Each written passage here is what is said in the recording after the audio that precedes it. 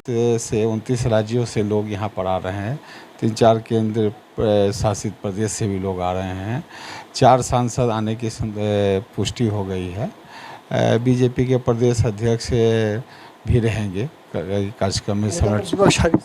नेता प्रतिपक्ष हरीश साहनी जी भी रहेंगे। तो आज वो आरक्षण निषाद के लिए नहीं मांग रहे हैं, वो लड़ाई अपनी सत्ता में वापसी के लिए लड़ रहे हैं। अब देश भर के लोग को बुलाना, टिकट का समस्या, तो ऐसा नहीं है कि ये कार्यक्रम अचानक करा गया, क्योंकि देश भर के लोग इकट्ठा हो रहे हैं। नमस्कार, आप देखना शुरू कर चुके हैं लाइव सिटीज। मेरा नाम अभिषेक है। हमारे साथ बातचीत करने के लिए बीजेपी सांसद अजय निषाद हैं। आपको पता है कि 16 और 17 तारीख को मुजफ्फरपुर में बड़ा कार्यक्रम होने वाला है। निषाद मोर्चा के ओर से, कश्यप निषाद मोर्चा की ओर से ये कार्यक्रम होने वाला है। बीजेपी सांसद अजय निषाद हैं।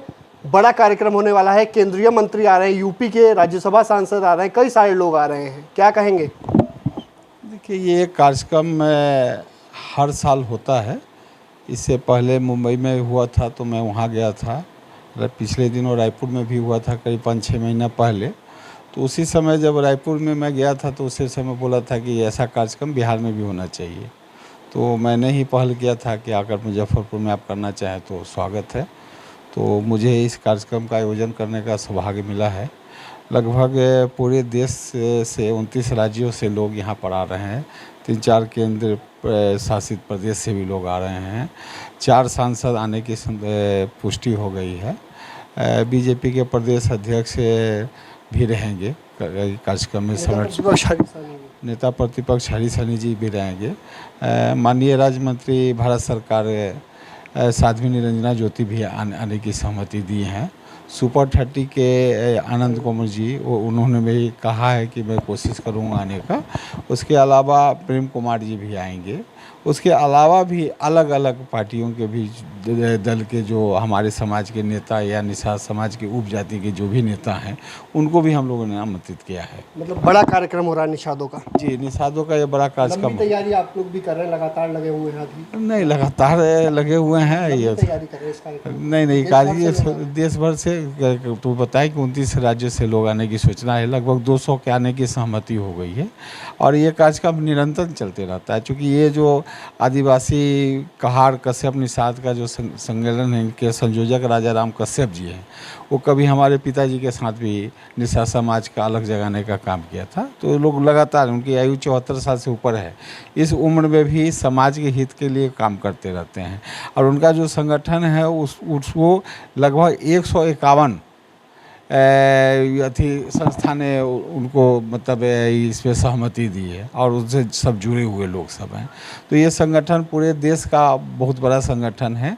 इसमें निषाद समाज और निषाद समाज की उपजातियाँ, जिसमें कहार भी हैं, कश्यप भी हैं, बाथम है, धीवर हैं, मलाह हैं, सभी जाति के लोग, तुरहा समाज के लोग, सभी लोग के जितने भी निषाद उपजातियाँ के सबकी संस्थाएं इनसे जुड़ी हुई है। और ये कार्यक्रम जब भी जहाँ भी होता है तो एक अच्छा मैसेज आता है। कितना असर पड़ेगा इस कार्यक्रम को लेकर? असर, ये तो रूटीन काम है। ये तो मीटिंग जैसा आप बता रहे हैं कि हर 6 महीने में देश के किसी न किसी भाग में होता है। हाँ, ये 15वां अधिवेशन है और हर साल कहीं ना कहीं होते रहता है। और इससे हमको भी जुड़ के, चूँकि हमारे पापा भी इस पर बहुत ज़्यादा काम किए थे, तो इस संस्था से जुड़ने से भी हमको भी थोड़ा सा अच्छा लगता है। मुकेश सहनी को कितना असरदार करेगा ये? कि मुकेश जी का अपना अलग है। हल्की निषाद की बात करके, निषाद संघर्ष मोर्चा पर निकले हुए हैं और गंगा जल हाथ में उठाकर लेकर निकले। देखिए, जिस समय वो सत्ता में थे और निषाद आरक्षण की बात उनको करना चाहिए, उस समय तो करे नहीं, सत्ता के मोह में वो भूल गए। अब जब सत्ता से बेदखल हो गए हैं, ट्रेन पटरी से नीचे उतर चुका है, तो उनको निषाद आरक्षण याद आ रहा है। तो आज वो आरक्षण निषाद के लिए नहीं मांग रहे हैं, वो लड़ाई अपनी सत्ता में वापसी के लिए लड़ रहे हैं। और अब जहाँ भी जा रहे हैं लोग, अब उनको नकारात्मक भूमिका में लोग दे रहा है, क्योंकि ऐसे लोग जो राजनीति करते हैं, लोग को झूठा सब्जवाग दिखा के चाहते हैं कि वोट हम अपने पास ले लें, तो उनका पोल आज न कल खुल ही जाता है। तो सब इनका कलई अब खुल गया है। अब निषाद समाज के जितने भी कद्दावर नेता थे, धीरे धीरे सब इनका साथ छोड़ दिए। अभी यूपी में भी आप देखे होंगे कि एक साथ लगभग 151 या 121 आदमी का लिस्ट आया था कि एक झटके में बीजेपी ने छोड़ के भारतीय जनता पार्टी ज्वाइन कर लिए।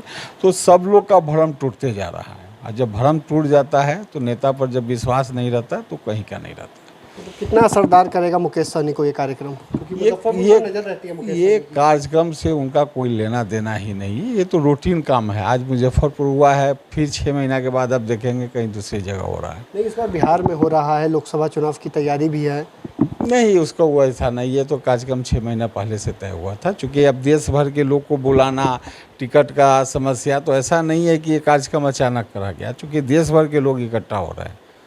एक सवाल है, चुनाव के वक्त ये कार्यक्रम आप करा रहे हैं, कई लोग कहेंगे कि चुनाव आया है इसलिए कार्यक्रम हो रहा है।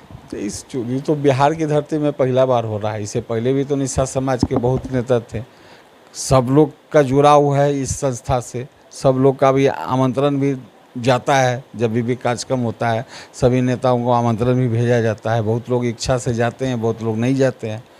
तो इसके बारे में विस्तृत का आपका प्रेस कॉन्फ्रेंस 15 तारीख को होगा, तो उसमें डिटेल पूरा पता चल जाएगा। सीएम नीतीश कुमार को पीएम दावेदारी बताया जा रहा है, कई लोग कह रहे हैं कि पीएम दावेदार हैं। मंत्री अशोक चौधरी ने कहा है, जेडीयू विधायक भी कह रहे हैं, उसको लेकर क्या कहेंगे?